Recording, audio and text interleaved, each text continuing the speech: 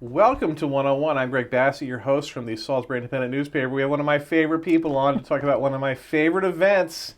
She's really tearing them up out there. They keep talking about her New Year's event every year. Carrie Samus from Main Street, Princess Anne. Welcome. Thank you for having me. So why, Jamie Heater was in here the other week, and she's like, we are so jealous of those people down in Princess Anne because they have this thing that everyone talks about it, and we keep brainstorming, and we can't think of something that we can do that can get us ahead of these people in Princess Anne with our thing. And they got a pretty big thing here in Salisbury. They do. So they're aware of you. They know it's a competition for people on the 1 hour of the year. What do you do in Princess Anne that's so unique? That's unique enough that we have you up here from Princess Anne to talk about it. Yes, exactly. So we're only 15 minutes south of Salisbury, it feels so it's like a worth lot farther. the quick drive. No, it is not. It feels like you're in Cape Charles sometimes when I go down there. Don't say that. Yeah. No, it is a quick, easy drive. It easy literally is drive. 12 miles. It's 12 miles. That's exactly right. Yes. So super close. And then if you make that short drive, you get to witness a muskrat diving from the top of Independence Hall right downtown in Princess Anne. So we drop a muskrat at midnight, which is pretty unique. It's a pretty memorable way to spend your New Year's Eve for sure. Now today you've given him a sedative, so he's not moving very much. Right. But on New Year's he does move. On New Year's he will be looking much more dapper than he is this evening. He'll wear his top hat. His top hat is missing. He just didn't wear it today. It's, he was feeling casual. So he'll be wearing a top hat. Well, he needs to bring it out for special occasions. Well, yes, that's true. So he'll have it on New Year's Eve. And this year we worked with a local guy who works for NASA. He's one of our volunteers. He works for NASA, and he's involved with M4 reactor in Salisbury. He is going to be blinging out Marshall's platform that he uses to drop. Wait, and the muskrat has a name. Yes, he has a name. Marshall. What is it? Marshall? Marshall Muskrat. Yes. Marshall Muskrat. And so there's going to be an LED light display on the platform that Marshall is on as he drops from Independence Hall, and some uplighting, that sort of thing. It's going to be very dramatic, very exciting. Independence Hall is this old theater that's been converted to retail and apartments. Yes. Beautiful historic building in So downtown pretty. Princess Anne, right there on Somerset Avenue. Mm-hmm. And so it starts there, and the thing is suspended somehow? Yes. Like the ball, basically. Like the New Year's Eve ball. Right. So it drops from the top of Independence Hall. So instead of dropping a ball, you drop this guy. A muskrat. Princess Anne, it's right in the middle of a lot of marshland. We have a lot of muskrats. They're called in the marsh area. rabbits. Yeah. People call it that. Yeah. So, and not only can you watch this beautifully taxidermied muskrat drop, you can also eat muskrat that night if you choose to. We don't make you, but if you choose to. How could anyone not choose to? How can you? Right. How can you turn a negative eye toward a muskrat morsel to consume? I know. I ate some last year, so. Yeah. So, but we serve other things too. So we really like to focus on all of the great things that Somerset County has to offer. So we have an oyster shucker there that night, shucking fresh oysters straight out of the bay. That I can eat. Free. Free? Free. The event is free. See, Jamie Heater doesn't need to hear this stuff. Right. Salisbury's trying to compete with you guys. The event's free. They have no free oysters at the New Year's Eve thing in Salisbury. We have a free oyster bar and a fantastic shucker, and we have free Smith Island cake. Free Smith Island cake? Mm-hmm. Free Smith Island cake. How long Can't beat it. How long is that line? We have plenty. We buy tons of it. We have tons of Smith Island cake. So free oysters, free Smith Island cake, a free sparkling cider toast at midnight, free hats, noisemakers, glow necklaces, all that sort of thing. No charge for any of that. And then a couple of our businesses downtown will be open too. So if you'd like, you can go into the Washington Inn to get drinks, of course. So much fun in there. Wow. It's so great in there. You can go across the street right at Independence Hall, where we have a new restaurant that just opened, Squeaky's Cafe. They're going to be open all night. Everyone's talking about this Squeaky's Cafe. Very good. It's like the new place to go. It's really, really good. It really is. So they're going to be open all night serving food. And then LMN Seafood from Chrisfield is coming up as well. And they are going to be selling muskrat and oyster fritters and soup, crab soup. So good stuff. Lots of good local seafood and, yummy cake. No wonder they're upset in Salisbury. They can compete with that. It's fun. It's fun. Now, is the weather nicer down there? Yes, always. It's always a good 15 It's degrees farther warmer. south. It's farther right, south. Exactly. It's right. Yes. Yeah. So that year when our beer taps froze here and kind of ruined it for me, at least, it was kind of balmy down there. Totally. Absolutely balmy. You didn't have to move it indoors or anything like that? No, we moved indoors. We did. We moved indoors. And this year we have access to indoor spaces as well in the event that it is frigid. But last time we hopefully moved in the firehouse, right? Mm-hmm. Yeah. We've been in the firehouse. The Washington Inn's great about letting folks in. Squeaky's, people will be going in there. UMES has a building downtown. Hawks Corner, that will be open that night as well. So we're excited. And we have a new stage. We're going to have a new stage for our band this year. Uprising is a band that's playing, and they're really good. They're People love them. Yeah. People do love them. They're an excellent dance band. So it'll be fun. Lots of games to play, things like that, cornhole, whatever. All that. Now, an event like this kind of says everything about the Eastern Shore. Mm-hmm. Yeah, absolutely. And it's very family friendly. So we have multiple generations coming down, which is wonderful. People that are local, but also people who travel several hours to get here from Baltimore, Annapolis, D.C., Virginia. So, yeah. And you get like 1,000 people? It's definitely worth it. We hope for 1,000 people. And, and you would think it would be hard to park 1,000 people in a little town like that, but somehow it's easy. Well, yeah, we have free parking, which is great. And there's lots of parking everywhere. So we close off Somerset Avenue, just one block of Somerset Avenue. And then there are town parking lots at either end, and there are lots of street parking as well. So parking isn't really an issue. So we're happy about that. It would be fantastic to have 1,000 people there. I would love that. Is there enough cake? We'll have enough cake. Okay.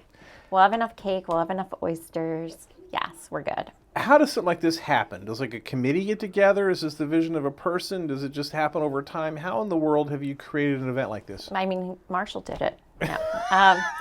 So several years ago, before I was working in Princess Anne, actually, a group of volunteers got together and wanted to do something unique. So Dennis Williams was part of that discussion, and some other folks in town, and they settled on a muskrat, and I think it was genius. Absolutely genius. So we've made the news of CNN a couple of times now as one of the most unique New Year's Eve celebrations in the whole country. Last year I did interviews for DC markets and Canada. Some folks from Canadian Broadcasting Network called and wanted to interview and learn a little bit more about it. It's just a super cool thing to do. It's weird, quirky little rural America, and it's wonderful. Lots of other things going on in Princess Anne. Yeah, it's true. Yes, good stuff. So we've had about a dozen new businesses open in the last 18 months. I was at the Economic Development Forum, and Danny Thompson was there, and he was talking about all these new businesses in Princess Anne, and everyone in the room was like, oh my gosh, we need to get down there and see what's going on. Yeah, it's pretty incredible.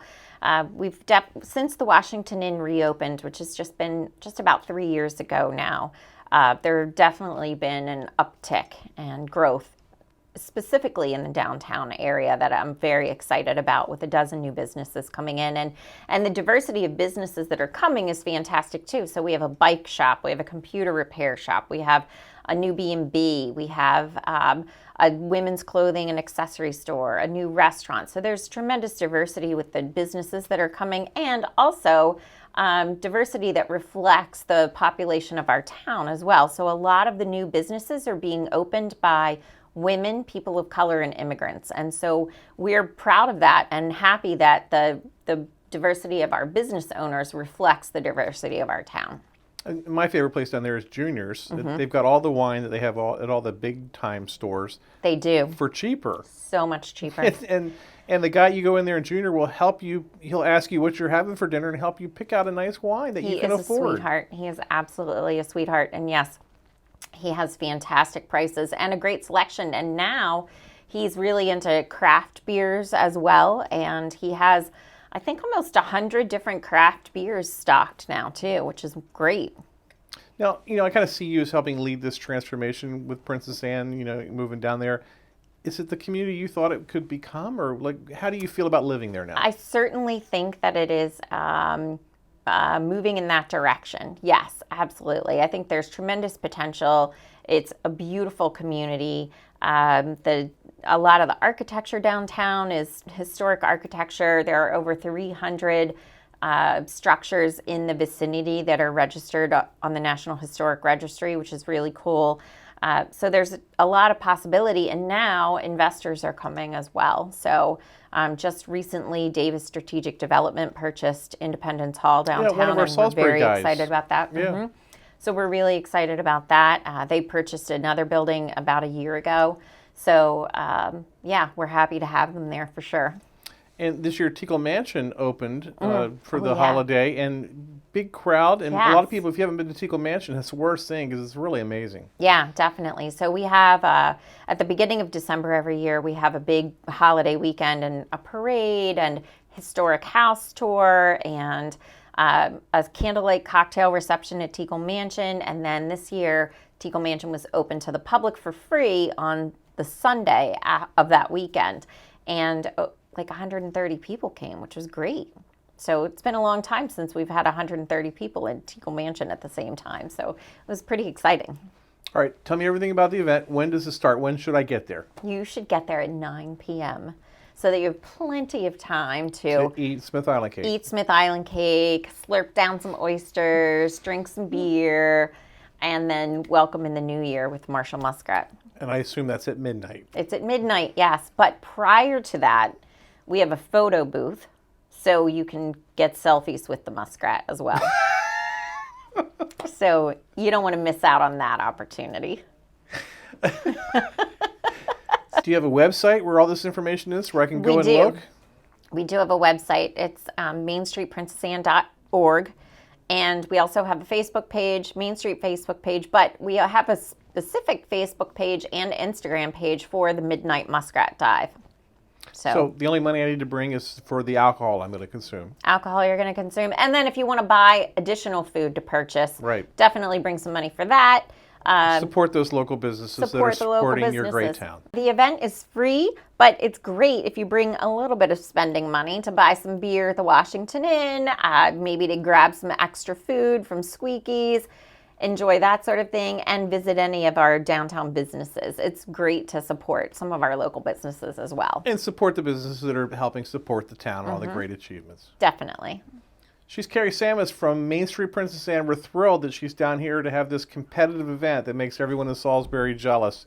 The Muskrat, what do you call it? The Midnight Muskrat Dive. The Midnight Muskrat Dive down in beautiful historic Princess Anne. Thank you, Carrie, for being here today. Thank you. Joining me now in the studio is Tracy Saylor, who's here to promote one of my favorite events. We want people to get out there and see it.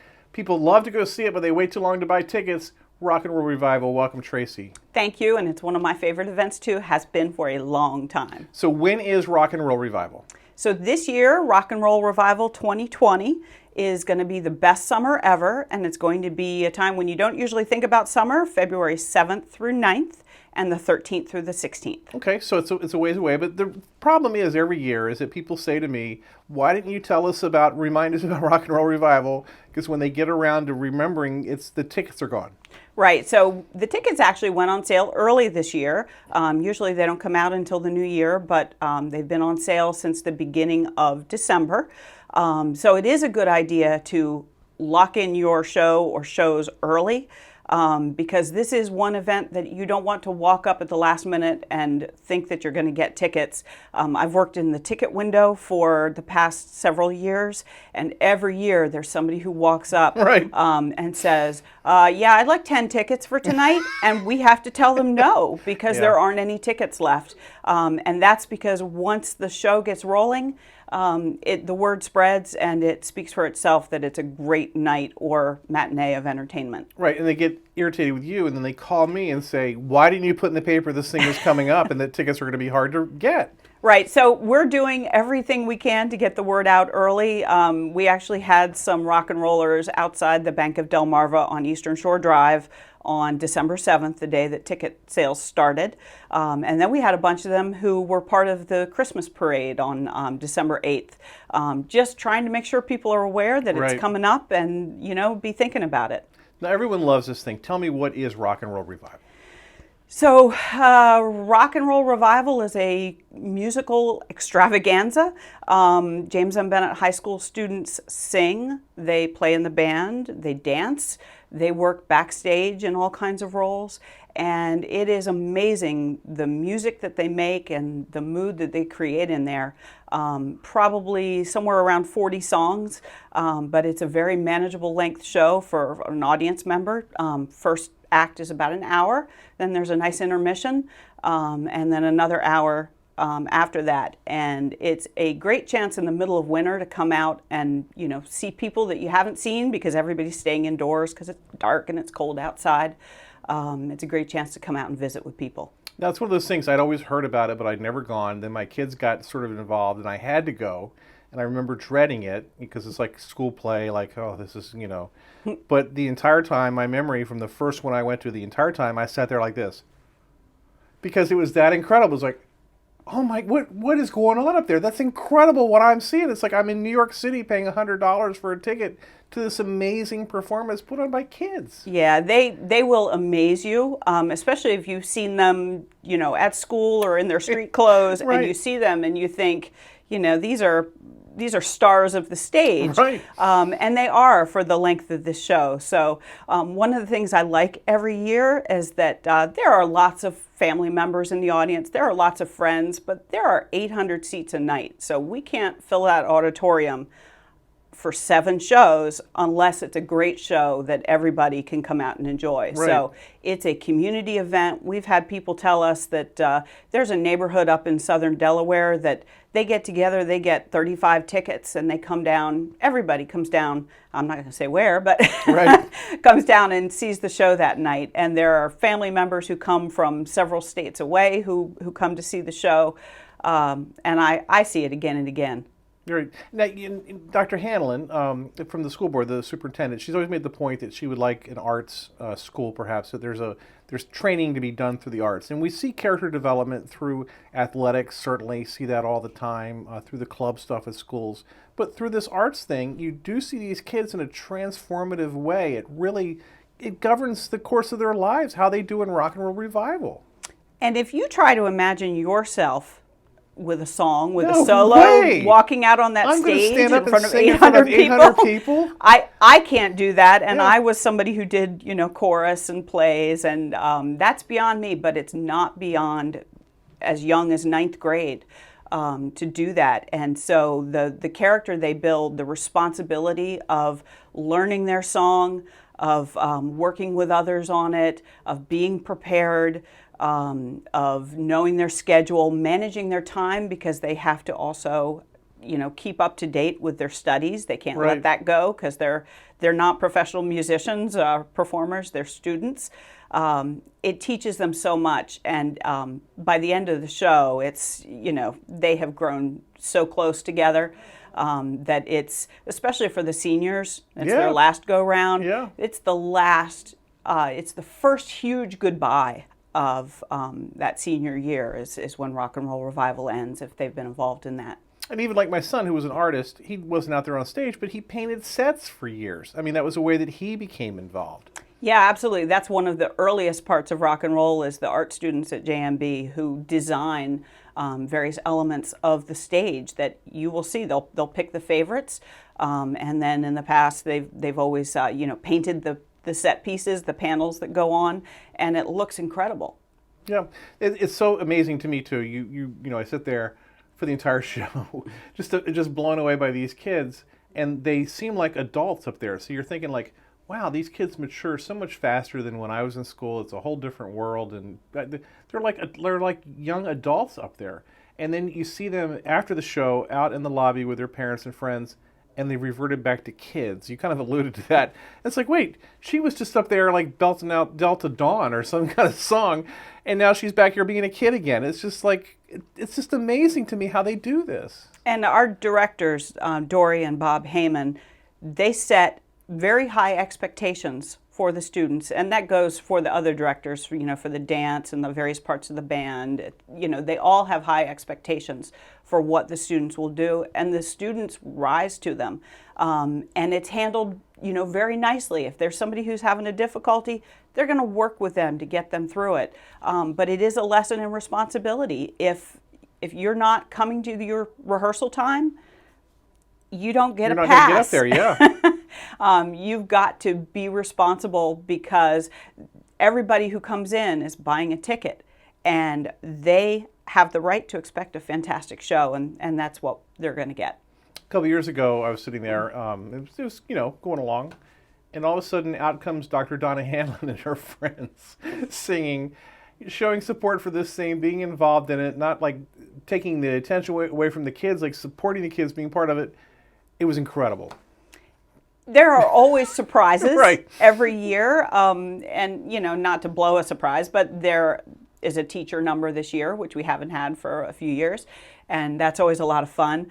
I like getting to hear the songs that I know I'm going to love, and then discovering several songs each year that I've never heard before, that the way that they're delivered, the way that they're done, just blow me away.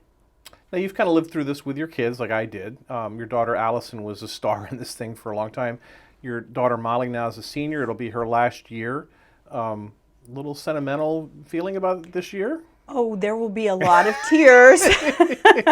But the neat thing is that I was a fan of rock and roll long before I ever had kids who were old enough to be in it. I probably around the fourth or the fifth one started coming. Came a couple years as adults, and then we thought, I bet the kids would really like this. So we brought them. They got to go up on stage. They went and collected autographs. They said, I can't wait to be in this when I get to Bennett. And we were fortunate enough that that was the school district we lived in. Jump forward a couple of years, and we made it a thing that they always got to bring friends. So it was a real event for our family. So it's going to be strange when this year ends and I don't have somebody up on stage. But as I tell people when they say, well, who are we going to go watch? I say, everybody. Everybody. You're not going to believe who you can discover that you never knew before, who's just going to wow you, and you're going to leave there talking about them. And it's not just a Bennett thing, it's a county thing. It is. It's something that the whole community comes out for. There are, they may be Bennett students, but they've got friends through athletics, through activities, through church, through work, who come from other schools and even other states. And so it's something that the whole community gets to be a part of. And it's an economic benefit to the community as well. It's not going to be too long before that costume list comes out, and they're going to be out there in the thrift stores, the mall. They're going to be buying makeup and fake eyelashes and more pantyhose than you think anybody would ever need in a year, but they go through them. So there's a lot of benefit to it, and our restaurants benefit as well. They support us. They provide some meals for the crew backstage, the cast and crew, because you can't have 150 people bring in their own food every time. Right. And then in turn, people are going out and they're having dinner and then coming to the show. So where and how do I get tickets, and what does the money do? So tickets are available at the Bank of Delmarva on Eastern Shore Drive during bank hours. We also have the ticket office at the auditorium open on Saturdays during January during rehearsal time. And then they're available anytime at ticketleap.com. Just go on there and search JMB and it'll bring up the event. This is a fundraiser for the JMB PTSA. So the proceeds that come in, the net proceeds are put to work throughout the school to support students and teachers, initiatives at the school. So there's really a benefit that lasts all year long. And one of the other benefits is that each year the junior class gets to run concessions, and they will have, food to buy, but they'll also have candy grams, flower grams, and plushagrams to send back to performers. It's a huge benefit for the junior class as it gets ready to raise money for all that senior year stuff, including the prom. So there are a lot of different groups that benefit from Rock and Roll Revival. All right, tell me again the dates. Dates are February 7th through the 9th and the 13th through the 16th. And there's one thing that's a very special date that people can't actually buy tickets for, but a lot of people can look forward to. And that's on February 6th, the day before the show opens. There are 2 school shows for Wicomico County Public Schools elementary students. Excellent. And when they come out, they see the show for free. All the schools have to do is get them here. Right. And they get to enjoy either the first act or the second act. And it's really special to see their faces as they see this spectacle, but also to see the faces of the performers from the feedback that they're getting from the young children. It's a magical moment. And where's it being held this year? So it's at the James M. Bennett Auditorium. Excellent. Tracy Saylor's never been on the show before. Known her for 30 years, never had her. Thought she'd been on here. One of my favorite people on planet Earth. Tracy, thanks so much for all you do, and thanks for being here today. Thanks, Greg, and hope we'll see you at the show. I'm Greg Bassett from the Salisbury Independent Newspaper. Another edition of 101 right here on PAC 14.